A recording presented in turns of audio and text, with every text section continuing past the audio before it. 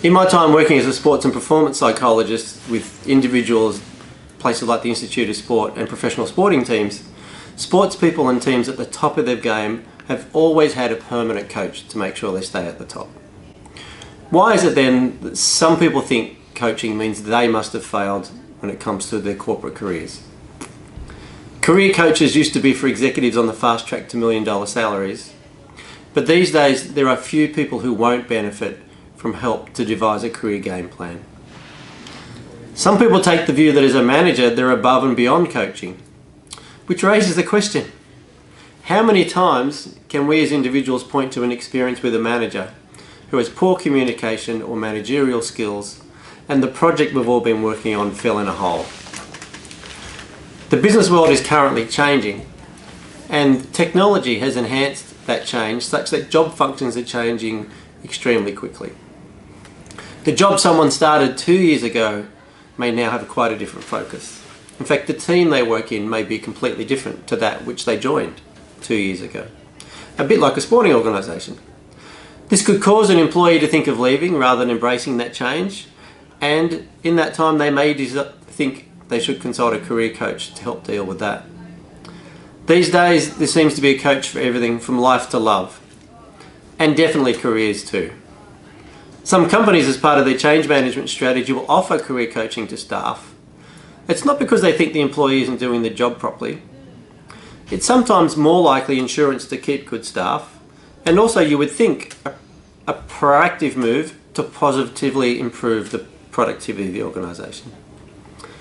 As a Harvard Business Review survey showed, career coaching is also seen as professional development for all staff. In Human Resources Monthly, Tony Mayfield proposes a coach comes in as part of a change program to evolve the culture by coaching leaders and leadership groups in role modelling the new values and the behaviours that are linked to a change program and the goals associated with that program. People might think it's like sport, where one needs to go weekly for training and pep talks. Of course it can be weekly, but ideally it really should be goal oriented. It's more important what you do on the field than how long you're actually on the field. One of the first things when planning ahead is to establish goals. That sets the direction for your game plan, and then it can be ongoing or intermittent. You might feel you need ongoing coaching if you're in a job and you want to enhance progression. You might go frequently for several months and then have a couple of sessions occasionally. After that, you may only feel the need to come back when there's an issue such as a promotion that's up for grabs or a project that you want some assistance with so that you may actually win that project. It's a very individual thing, and it's not something that I can help you define. It's something you need to define for yourself. Coaching is most effectively employed when it's used to do one or more of the following: to support individual change and organisational change at the same time, to provide adequate support to enable personal transformation and career role transition, to support the development of future leaders for the organisation, and sometimes that's via an enhanced ability for strategic thinking, providing vision and a direction for that group. It's also useful for providing an adequate container to address a specific problem area or challenge, and also to support and facilitate the creation of an organisational culture that values learning, creativity and continuous improvement.